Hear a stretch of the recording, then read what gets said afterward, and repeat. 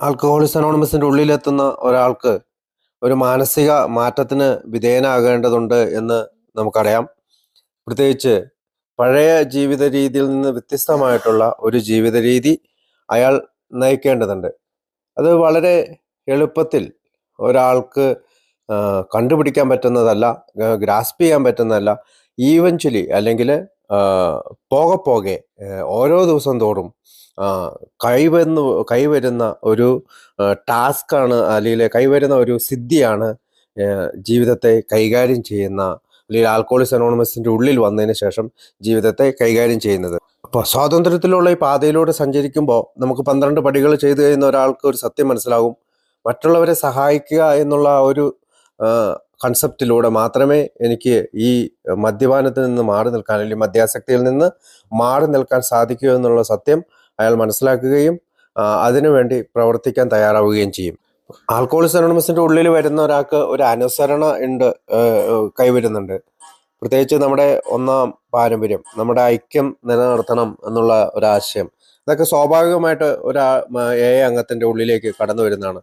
ഐക്യത്തിൽ നിലനിന്നാൽ മാത്രമേ വ്യക്തിപരമായിട്ടുള്ള എൻ്റെ മോചനം സാധ്യമാകൂ എന്ന് ചിന്തിക്കുമ്പോൾ ചില വിട്ടുവീഴ്ചകൾക്ക് ഈ പാതയിലൂടെ സഞ്ചരിക്കുന്ന ഒരാൾ തയ്യാറാകും.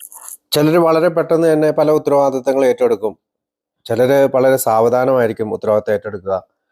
പ്രത്യേകിച്ച് കുടുംബത്തിൻ്റെ ഉത്തരവാദിത്തം, ജോലി സ്ഥലങ്ങളിലെ ഉത്തരവാദിത്തം, നമ്മുടെ കൂട്ടുകാരോടും സമൂഹത്തിലുള്ള ഉത്തരവാദിത്തം. ഇപ്പോൾ ഒരു വേ ഓഫ് ലൈഫ്, അല്ലെങ്കിൽ ജീവിത രീതി മെനഞ്ഞെടുക്കാനായിട്ടാണ് ഓരോ അംഗവും ശ്രമിക്കുന്നത്. അതിനെ സഹായിക്കുന്നതാണ് മീറ്റിങ്ങുകൾ. ഇപ്പോൾ ഇത് നിരന്തരമായിട്ടുള്ള മീറ്റിങ്ങിലൂടെയുള്ള സഞ്ചാരം. അതുകൂടാതെ സ്പോൺസർമാരെ തിരഞ്ഞെടുക്കുമ്പോൾ ഇപ്പോൾ ഒരു നാട്ടിൽ നിന്ന് വേറൊരു നാട്ടിൽ പോയാലും അവിടെയും ഒരു സ്പോൺസറെ കണ്ടെത്താനുള്ള ആ മനോഭാവം, കൂടാതെ മറ്റ് അംഗങ്ങളുമായിട്ട് നിരന്തരമായിട്ടുള്ള ബന്ധങ്ങൾ നിലനിർത്താൻ, ആരുമായിട്ട് ബന്ധമറ്റു പോകാതെ ബന്ധങ്ങൾ നിലനിർത്താനുള്ള ഒരു മനോഭാവം, കുടിച്ചിരുന്ന കാലഘട്ടങ്ങളിൽ േക്കാളും വ്യത്യസ്തമായിട്ടുള്ള ഇത്തരം മനോഭാവങ്ങളിലേക്ക് ഒരാൾ കടന്നു വരുമ്പോഴാണ് അദ്ദേഹത്തിന് ഈ the arch of the freedom എന്ന് പറയുന്ന ഈ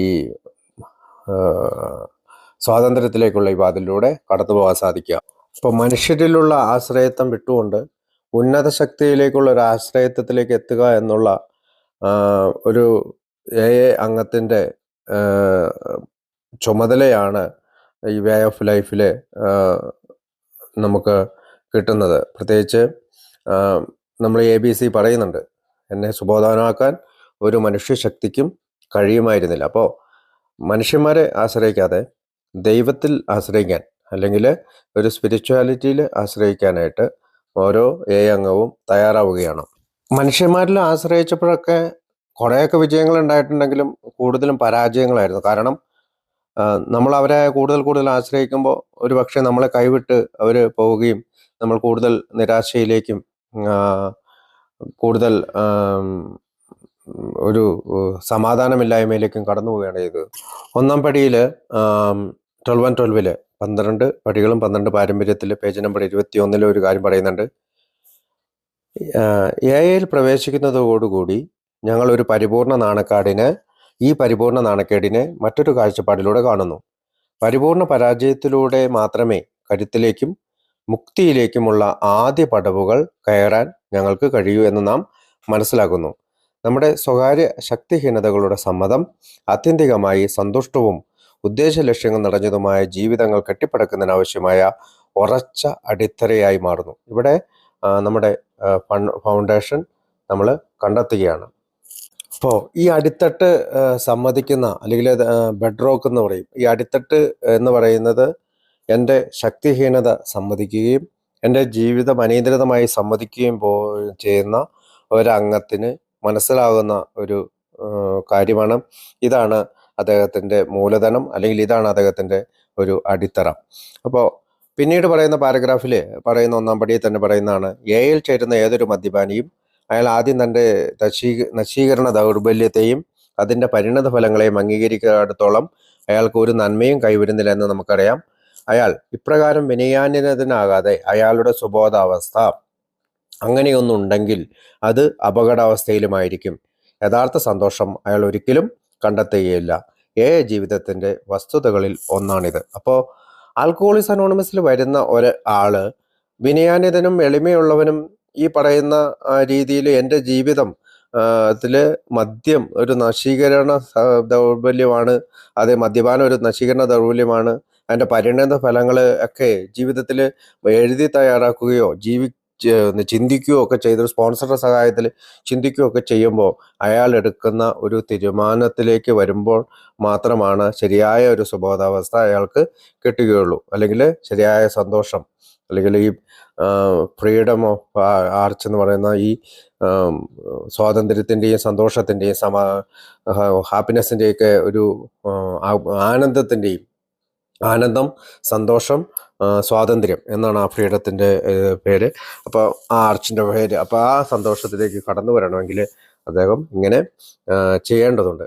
അപ്പം ഈ ആർച്ച് ഓഫ് ഫ്രീഡം എന്ന് പറയുന്നത് ആത്മീയമായിട്ട് ചിന്തിക്കുന്ന ഒരു കൺസെപ്റ്റാണ്, അല്ലെങ്കിൽ ആശയമാണ്. അതല്ലാതെ മദ്യപാനത്തിൽ നിന്ന് മാത്രം വിടുതൽ നേടുന്ന ഒരാളിലേക്ക് കൊടുക്കുന്നതല്ല ഈ ഫ്രീഡം. ഈ ഫ്രീഡം, അല്ലെങ്കിൽ പറയുന്ന ഫ്രീഡം എന്ന് പറയുന്നത് സ്പിരിച്വൽ ആയിട്ടുള്ള ഒരു അവേക്കനിങ്ങിന് ഒരു മനുഷ്യനെ സഹായിക്കുന്ന ഇതിന് വേണ്ടിയിട്ട് ഒരു കൺസെപ്റ്റ് തരുന്നു എന്നുള്ള, ഈ ഒരു ആർച്ചിൻ്റെ ഒരു കൺസെപ്റ്റ് തരുന്നു എന്നുള്ളൂ. അതായത് പണ്ടത്തെ ജീവിതത്തിൽ നിന്ന് കടന്നു വരുന്ന ഒരാൾ ഈ ആർച്ചിലൂടെ കടന്നു പോകണമെന്നാണ്. അതായത് എൻ്റെ നശീകരണ ദൗർബല്യമായ മദ്യാസക്തിയെ അംഗീകരിക്കുകയും അതിൻ്റെ പരിണത ഫലങ്ങൾ എന്താണെന്ന് കൃത്യമായി മനസ്സിലാക്കുകയും അടുത്ത കുടിയിലേക്ക് നീങ്ങാതെ വീണ്ടും രണ്ടാം പടിയായിട്ടുള്ള ഉന്നത ശക്തിയിലേക്ക് ആശ്രയിക്കാനായിട്ട് ഞാൻ തയ്യാറാവുകയും ചെയ്യണം.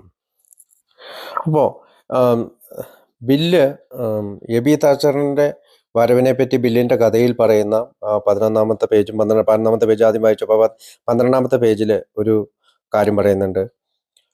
നിന്റെ തന്നെ ധാരണയിലുള്ള ദൈവത്തെ എന്തുകൊണ്ട് നിനക്ക് തിരഞ്ഞെടുത്തുകൂടാ? അത് ബിൽ ഡബ്ല്യുവിനോട് എബി താച്ചർ ചോദിക്കുന്ന ഒരു ചോദ്യമാണ്. ആ പ്രസ്താവന ബില്ലിനെ കാര്യമായിട്ട് സ്പർശിച്ചു. അത് ഭൗതികമായ മഞ്ഞുമലയുടെ തണലിലാണോ വർഷങ്ങളായി ഞാൻ ജീവിക്കുകയും വിറയ്ക്കുകയും ചെയ്തിട്ടുണ്ടായിരുന്നത്? അതിനെ ആ പ്രസ്താവന ഉരുക്കി കളഞ്ഞു. അവസാനം ഞാൻ സൂര്യപ്രകാശത്തിൽ എത്തി നിന്നു. അപ്പോൾ എന്നേക്കാളും ഒരു മഹത്തായ ശക്തിയിൽ വിശ്വസിക്കുന്നതിൽ ആഗ്രഹമുണ്ടായിരിക്കലിൻ്റെ കാര്യം മാത്രമായിരുന്നു അത്. എൻ്റെ തുടക്കത്തിന് മറ്റൊന്നും ആവശ്യമായിരുന്നില്ല. വളർച്ച ആ ബിന്ദുവിൽ നിന്നാണ് ആരംഭിക്കാൻ കഴിഞ്ഞുവെന്ന് ഞാൻ മനസ്സിലാക്കി.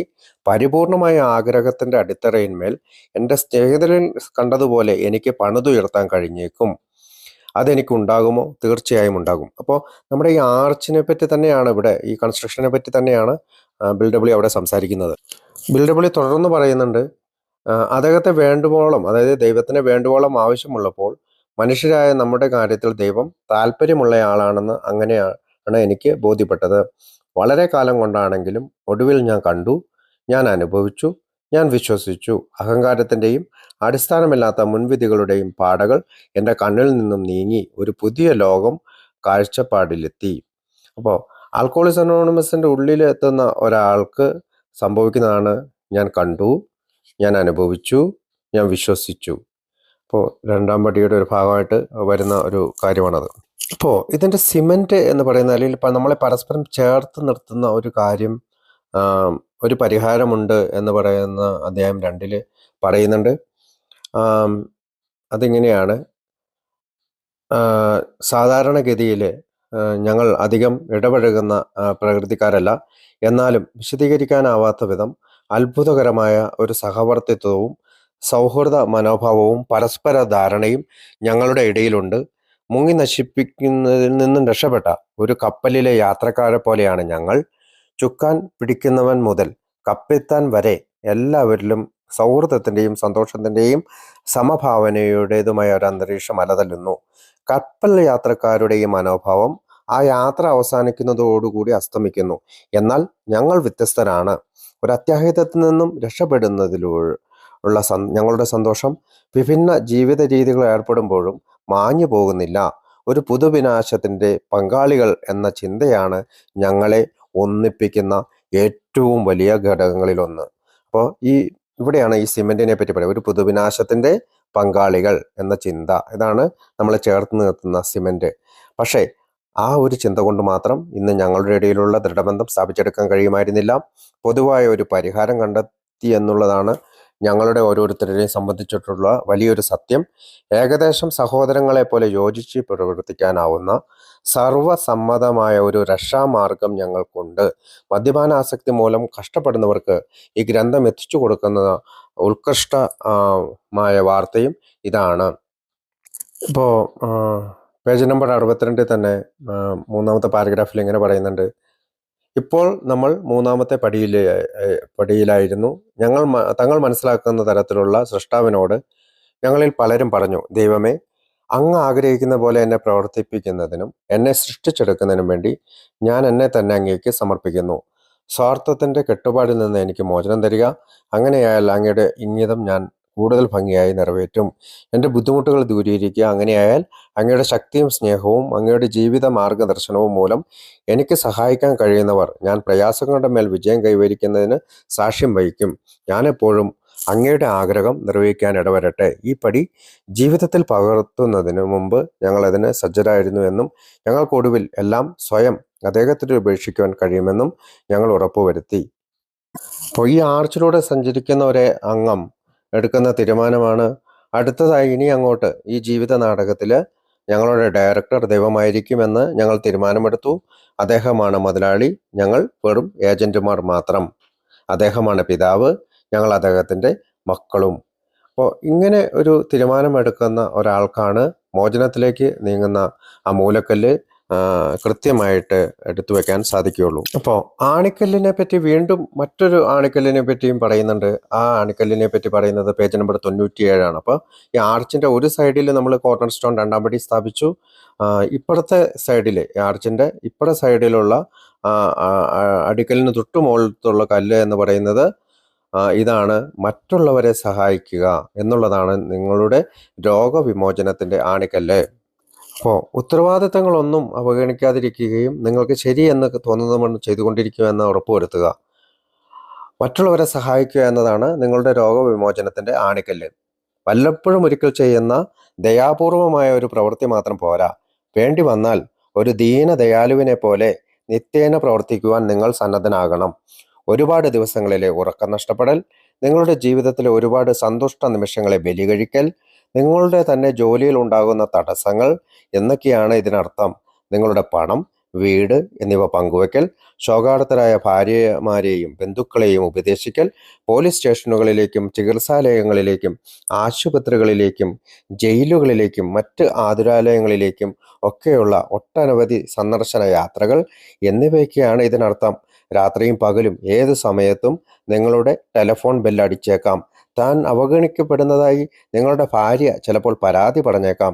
ഒരു കുടിയൻ നിങ്ങളുടെ ഫർണിച്ചർ തല്ലിപ്പൊളിക്കുകയോ നിങ്ങളുടെ കയറ്റുപായ കത്തിക്കുകയോ ചെയ്യാം. അയാൾ അക്രമാസക്തനാണെങ്കിൽ അയാളുമായി നിങ്ങൾക്ക് ഏറ്റുമുട്ടേണ്ടി വന്നേക്കാം.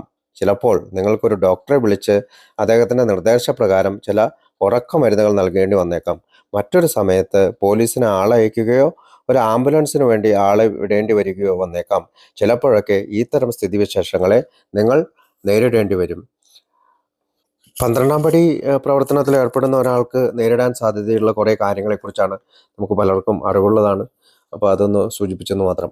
അപ്പോൾ ഈ ഈ നമ്മുടെ കോർണർ സ്റ്റോൺ എന്ന് പറയുന്നത് 2ാം പടിയാണ്. അത് ഇപ്പോഴത്തെ ആർച്ചിൻ്റെ ഇപ്പോഴത്തെ അടിയിൽ വരുന്നു. 12ാം പടി എന്ന് പറയുന്നത് ഇപ്പോൾ ആർച്ചിൻ്റെ ഇപ്പോഴത്തെ സൈഡിലുള്ള ആദ്യത്തെ കല്ലായിട്ട് മാറുകയാണ്. അപ്പോൾ കീ സ്റ്റോൺ നമുക്കറിയാം, ആർച്ചിൻ്റെ ഏറ്റവും മുകളിൽ ഈ രണ്ട് ഭാഗങ്ങളെയും കൂട്ടി യോജിപ്പിക്കുന്ന. അപ്പോൾ 3ാം പടിയാണ് ഈ സ്വാതന്ത്ര്യത്തിലേക്കുള്ള യാത്രയിൽ രണ്ട് ഭാഗങ്ങളെയും കൂട്ടി യോജിപ്പിക്കുന്ന മെയിൻ ആണിക്കല്ല്. അത് ഇളകിക്കഴിഞ്ഞാൽ മറ്റ് ആർച്ചുകളെല്ലാം, മറ്റ് കല്ലുകളെല്ലാം, അതായത് നമ്മുടെ 12ാം പടിയും അല്ലെങ്കിൽ 2ാം പടിയും 1ാം പടിയും എല്ലാം താഴെ പോകും. അപ്പോൾ അതിനെ ഫിക്സ് ചെയ്യുന്ന ഒരു ആർച്ചാണ് ദ കീ സ്റ്റോൺ എന്ന് പറയുന്നതാണ് 3ാം പടി. ഇപ്പോൾ ആൽക്കോളിക്സ് അനോണിമസിൻ്റെ ഉള്ളിൽ പലരും വരാറുണ്ട്. നമ്മൾ പറയാറുണ്ട് അഗ്നോസ്റ്റിക്സ് വരാറുണ്ട്, നാസ്തികനോ നിരീശ്വരവാദി എത്തിയസ്റ്റുകൾ വരാറുണ്ട്. അപ്പോൾ അതിനെപ്പറ്റി പറയുന്നത് അധ്യായം 4 ഒരു നാസ്തികനോ നിരീശ്വരവാദിയോ ആണെന്ന് സ്വയം കരുതുന്ന ഒരാൾക്ക് അത്തരത്തിലുള്ള അനുഭവം അസാധ്യമായിട്ടാണ് കാണപ്പെടാറുള്ളത്. പക്ഷേ അയാൾ അതേ നിലയിൽ തുടരുക എന്നുള്ളത് വിനാശകരമാണ്. പ്രത്യേകിച്ചും പ്രതീക്ഷയറ്റ തരത്തിൽപ്പെട്ട ഒരു കുടിയനാണ് അയാളെങ്കിൽ ഒന്നുകിൽ അമിത മദ്യപാന രോഗിയെ മരിക്കാൻ വിധിക്കപ്പെടുക, അല്ലെങ്കിൽ ആത്മീയമായ അടിസ്ഥാനത്തിൽ ജീവിക്കുക. ഇവയിൽ ഒന്ന് മാത്രം മുമ്പിലുണ്ടായിരുന്ന അവസ്ഥ അഭിമുഖീകരിക്കേണ്ടി വരുന്നത് ഏറ്റവും എളുപ്പമായ ഒന്നല്ല. എന്നാൽ അത് അത്രമാത്രം ബുദ്ധിമുട്ടുള്ള ഒന്നല്ല. ആരംഭകാലത്തെ ഞങ്ങളുടെ കൂട്ടായ്മയിലെ പകുതിയോളം പേർ ശരിക്കും ഈ രീതിയിലുള്ളവരായിരുന്നു. അപ്പൊ അവിടെ പറയാണ് നമ്മുടെ ആരംഭകാലത്ത്, ആൽക്കോളിസം മിഷന്റെ ആരംഭകാലത്ത് നമ്മുടെ കൂട്ടായ്മയിലെ പകുതിയോളം പേര് ഈ അത്യസ്റ്റുകളും നാസ്തികരും അല്ലെങ്കിൽ അഗ്നോസ്റ്റിക്സും ഒക്കെ ആയിരുന്നു. പക്ഷേ ഞങ്ങൾ യഥാർത്ഥത്തിലുള്ള മദ്യപാന രോഗികളല്ല എന്ന പ്രതീക്ഷയിന്മേൽ വിശ്വാസം അർപ്പിച്ചുകൊണ്ട് ഞങ്ങളിൽ ചിലർ ആദ്യമൊക്കെ ഈ പ്രശ്നത്തിൽ നിന്ന് ഒഴിഞ്ഞു മാറാൻ ശ്രമിച്ചിരുന്നു. പക്ഷേ ആത്മീയ അടിസ്ഥാനത്തിലുള്ള ഒരു ജീവിതം പടുത്തുയർത്തിയേ പറ്റൂ, അല്ലെങ്കിൽ അപകടമാണ് എന്ന വസ്തുത ഞങ്ങൾക്ക് അഭിമുഖീകരിക്കേണ്ടി വന്നു. ഒരു പക്ഷേ നിങ്ങൾക്കും ആ വഴി മാത്രമേ ആയിരിക്കും ഉള്ളത്. എന്നാൽ ഉന്മേഷവാനായി സമാധാനിക്കൂ. ഞങ്ങളിൽ പകുതി പേരും നാസ്തികരോ നിരാശീരവാദികളോ ആണെന്ന് സ്വയം കരുതിയിരുന്നവരാണ്.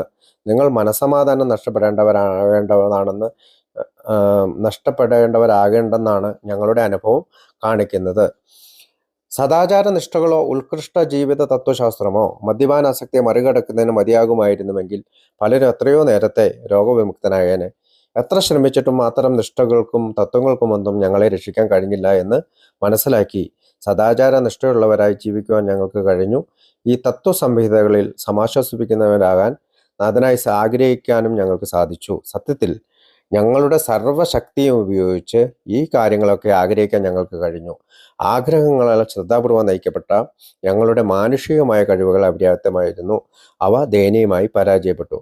വേണ്ടത്ര ശക്തിയുടെ അഭാവം അതായിരുന്നു ഞങ്ങളുടെ ഗതികൾ. അപ്പോൾ ഇവിടെ പറയുന്നതെന്ന് വെച്ചാൽ മാനുഷിക ശക്തികൾ കൊണ്ട് അല്ലെങ്കിൽ സദാചാര നിഷ്ഠകൾ കൊണ്ടൊക്കെ നമുക്ക് നന്നായി ജീവിക്കാമെന്ന് അതിനേക്കാൾ ഉപരിയായിട്ട് ഒരു ഉന്നത ശക്തിയിലേക്ക് ഞാൻ ആശ്രയിക്കുക എന്നുള്ള ഒരു ആശയത്തിലേക്ക് കടന്നു വന്ന ഒരാൾക്കാണ് ഈ സ്വാതന്ത്ര്യത്തിലൂടെ പാതയിലേക്ക് സഞ്ചരിക്കാൻ സാധിക്കുന്നത്. അപ്പോൾ അങ്ങനെ നടന്നു പോകുന്ന ഒരംഗം 5-ാം പടിയിലെത്തുമ്പോൾ ആദ്യത്തെ 5 പടികൾ ശ്രദ്ധയോടെ വായിച്ചിട്ട് എന്തെങ്കിലും വിട്ടുപോയിട്ടുണ്ടോ എന്ന് ഞങ്ങളോട് ചോദിക്കുന്നു. അതായത് ഞാൻ വായിച്ചതാണ്. എന്തുകൊണ്ടെന്നാൽ അവസാനം അതിലൂടെ സ്വതന്ത്രനായി നടക്കുന്നതിന് വേണ്ടി ഞങ്ങൾ ഒരു കവാടം നിർമ്മിച്ചു കൊണ്ടിരിക്കുകയാണ്. ഇതുവരെ ഞങ്ങളുടെ ശ്രമം ഉറപ്പായിരുന്നതാണോ? കല്ലുകൾ യഥാർത്ഥ സ്ഥാനത്ത് തന്നെയാണോ? അടിത്തറയിലിടേണ്ടുന്ന സിമെന്റിന്റെ കാര്യത്തിൽ ഞങ്ങൾ ലുപ്ത് കാട്ടിയിട്ടുണ്ടോ?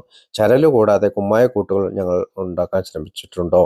ഇങ്ങനെ തൃപ്തികരമായ ഉത്തരം പറയാൻ കഴിഞ്ഞാൽ അപ്പോൾ ഞങ്ങൾ 6-ാമത്തെ പടിയിലേക്ക് എത്തുന്നു. അപ്പോൾ 5 പടികളിലൂ കഴിയുന്ന ഒരാൾക്കാണ് ഈ ആർച്ചിൻ്റെ ഒരു ഫോം രൂപീകരിക്കാൻ സാധിക്കുക. പക്ഷേ പിന്നീട് വരുന്ന 4 മുതൽ 9 പടികൾ ചെയ്യുമ്പോഴാണ് നമുക്ക് ആ പാതയിലേക്ക് കയറി സ്വാതന്ത്ര്യം, സന്തോഷം, ആനന്ദം ഇവ അനുഭവിക്കാൻ സാധിക്കുക.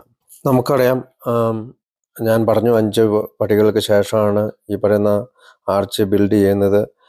അപ്പോൾ ഈ 4-ാം പടിയാണ് മിക്കവരും കുറച്ച് ലോങ് ടൈം എടുക്കുന്നത് ചെയ്യാനായിട്ട്. അതിനുള്ള കാരണം ബിഗ് ബുക്കിൽ തന്നെ നമ്മൾ പറഞ്ഞിട്ടുണ്ട്. അതായത് ആദ്യമായിട്ട് ബിഗ് ബുക്കിൽ നമ്മളോട് പറയുന്നത്, ഞങ്ങൾക്കുള്ളത് നിങ്ങൾക്കും വേണമെന്ന് നിങ്ങൾ തീരുമാനിച്ചിട്ടുണ്ടെങ്കിൽ അത് ലഭിക്കുന്നതിന് വേണ്ടി എത്ര ദൂരം പോകാനും നിങ്ങൾ ആഗ്രഹമുള്ളവരാണെങ്കിൽ എങ്കിൽ ചില നടപടികളെടുക്കാൻ നിങ്ങൾ തയ്യാറാകണമെന്ന് പറയുന്നതിന് ശേഷം നമ്മളെ പറ്റിയുള്ള ഒരു മനോഭാവങ്ങളെ പറ്റിയാണ് പറയുന്നത്. ഇവയിൽ ചിലതിലൊക്കെ ഞങ്ങൾ ശങ്കിച്ചു. കുറെ കൂടി മൃദുവും എളുപ്പവുമുള്ള മാർഗം കണ്ടെത്താമെന്ന് ഞങ്ങൾ കരുതി. നമ്മളുടെ അധീനതയിലുള്ള മുഴുവൻ ആത്മാർത്ഥനും കൂടി തുടക്കം മുതൽ തന്നെ ദൃഢമനസ്കരും ഭയരഹിതരുമായിരിക്കണമെന്ന് ഞങ്ങൾ നിങ്ങളോട് അപേക്ഷിക്കുന്നു. ഞങ്ങളിൽ ചിലർ ഞങ്ങളുടെ പഴയ ആശയങ്ങൾ മുറുകെ പിടിക്കുവാൻ ശ്രമിച്ചു. ആത്യന്തികമായി ഞങ്ങൾ കീഴ്പ്പണ തയ്യാറാകുന്നവരെ ഫലം നാസ്തിയായിരുന്നു. നാം മദ്യത്തിനോടാണ് ബന്ധപ്പെടുന്ന ഓർക്കുക. സൂത്രശാലിയും ചിന്താക്കുഴപ്പമുണ്ടാക്കുന്നവനും ശക്തനുമായ മദ്യം സഹായം കൂടാതെ നമുക്ക് താങ്ങാനാവാത്തതാണ് അത്. പക്ഷേ സർവ്വവിധ ശക്തിയുള്ള ഒന്നാണ് ദൈവം. നിങ്ങളിപ്പോൾ അവനെ കണ്ടെത്താനിടവരട്ടെ. അർദ്ധ മനസ്സോടെയുള്ള ചെയ്തികൾ ഞങ്ങൾക്കൊന്നും നേടിത്തന്നില്ല. ഞങ്ങൾ വഴിത്തിരിവിലെത്തി നിൽക്കുന്നു. എല്ലാം ത്യജിച്ച് അദ്ദേഹത്തിൻ്റെ സംരക്ഷണത്തിനും സുരക്ഷയുമായി ഞങ്ങൾ യാചിച്ചു. അപ്പോൾ ഇങ്ങനെ നമ്മൾ ശങ്കിച്ച് നിൽക്കുക, ഭയപ്പെട്ട് നിൽക്കുക, അല്ലെങ്കിൽ ഈ പറയുന്ന കണ്ണിങ് ബാഫ്ലിങ് പവർഫുള്ളായിട്ടുള്ള മദ്യത്തിന് മുന്നിൽ കീഴ്പ്പെട്ടു പോവുക, ഇത്തരം അല്ലെങ്കിൽ അവസാനം നമ്മൾ പറയുന്നത് നമ്മൾ പുണ്യാളന്മാരൊന്നുമല്ല, പുരോഗതിയാണ് പറഞ്ഞിട്ടുള്ളത്, ഇത് നിർദ്ദേശങ്ങളാണ്, ഇത് ചെയ്യേണ്ട കാര്യമില്ല എന്നൊക്കെ പറയുമെങ്കിലും സി പറയുന്നത് പോലെ ദൈവത്തെ തേടിയാൽ ദൈവത്തിന് ഇതിനെ സാധിക്കുകയും രോഗശമനം വരുത്തുകയും ചെയ്യും എന്ന് മനസ്സിലാക്കിക്കൊണ്ട് സ്വന്തം ഇച്ഛയാൽ മുന്നോട്ട് പോകുന്ന ജീവിതം വിജയകരമായിരിക്കില്ല എന്ന് മനസ്സിലാക്കിക്കൊണ്ട് ആൽക്കഹോളിക്സ് അനോണിമസിൻ്റെ മുന്നിലൂടെയുള്ള ജീവിതത്തിന് ഒന്നാമത്തെ ആവശ്യകത എന്ന് പറയുന്നത് ഈ പറയുന്ന സെൽഫിഷ്നെസ്സിനെ വിട്ടുകൊണ്ട് മുന്നോട്ട് പോവുകയാണെന്ന് മനസ്സിലാക്കിക്കൊണ്ട് ഓരോ അംഗവും ജീവിക്കുമ്പോഴാണ് ഈ സ്വാതന്ത്ര്യത്തിലേക്കുള്ള പാത ലഭിക്കുന്നത്.